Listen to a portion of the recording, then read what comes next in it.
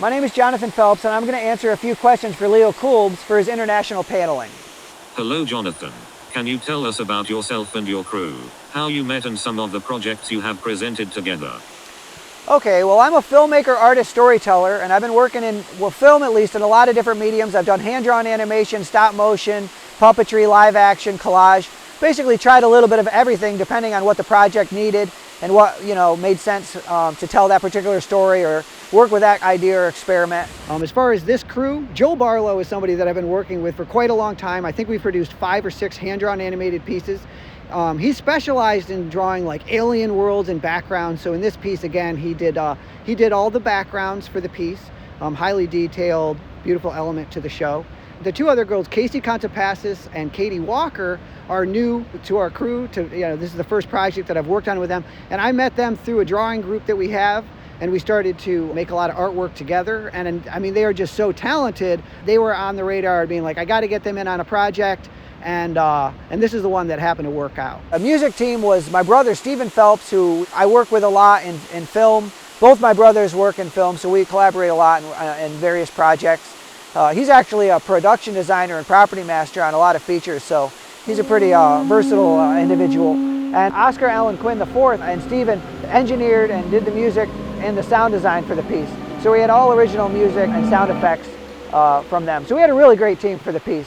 You've done a lot of collaboration. What do you think makes a successful collaboration? What are some pitfalls? Yeah, I'm absolutely a lover and believer in collaboration. I mean, film is naturally a collaborative effort generally, so that's come second nature. But also, like with the drawing night project that we've been working on, where we're inviting people to draw on canvas or paper and then work on each other's work. That's something that you don't see necessarily every day, and it's something I'm really excited about. I used to do that in my books a lot. That's where I have a shop called Ghost Books, and it comes from the name of my journals. I probably have about 150 art books that I've made from beginning to end, with not just writing and ideas, documenting dreams, but also a lot of drawings and illustrations and a lot of collaborative things that have been thrown in there. And as far as pitfalls with collaboration, I mean, there's always going to be hurdles. There's always going to be things that are going to be obstacles that come along that you got to kind of figure out. As far as different people you're working with, there's always going to be special needs or different things that can help people along the way, or at least being understanding and patient. But even the things that don't come out perfectly, or the things that you wouldn't expect to happen, those kind of happy accidents are, I think, what we're really looking for a lot of the times, because that magic, that kind of originality is sometimes what makes a piece really good. Like Bob Dylan, for example, his work has a funny voice, but we love it because it's just that it brings so much emotion, so much expression to the table. So I think in collaboration you really start to discover things that you would never really expect. So it's really exciting when you can make that kind of thing happen. And in this project, like Casey Contapassis did our main characters and the humans in the film. Katie Walker did all the mythological characters and the creatures. Joe Barlow did all the backgrounds. I did the elementals like water and the plant life, which we brought to life, as well as coloring, bringing it together in animation in the computer. And I also wrote, directed, and designed the piece. I think art should be, an exploration of some kind of direction. It's like, let's go over there. What is that? What's going on with that? Can we figure something out with this? What is this story all about? And you take the audience on that journey. Hopefully you learn something and they come along for the ride, and everybody gets something out of it. So yeah, collaboration I think is key. It's the dance of life. We're not just one person here. We're a whole bunch of people, and we're working stuff out together. So. Your video for Digital Fairy Tales The Pond Aquarius was a very special piece. Can you tell us about that and what you're looking forward to in the months ahead?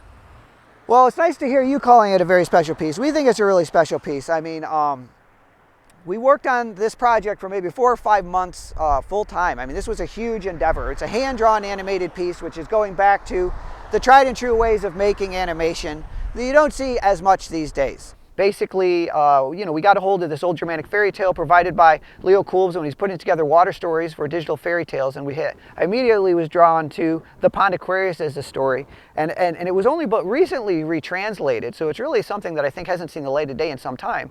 And getting my hands around something like this, which uses like all these kind of like archaic like symbols and ideas that you see kind of cross-culturally, like between different mythologies or religions or fables and fairy tales. And also I think that we're dealing with a story that needs to be talked about, because you're talking about magic, and you're talking about magic within, and we're also talking about the idea of like you know, the crown. You know, these women take this pilgrimage to the Pond of Aquarius, commune with the water, which imbues them with magical powers. But then, you know, this manifested kingdom which they've created, like, crowns them as queens. And there's kind of a question in there where suddenly they're turned upon. And I think that's a really interesting thing to talk about.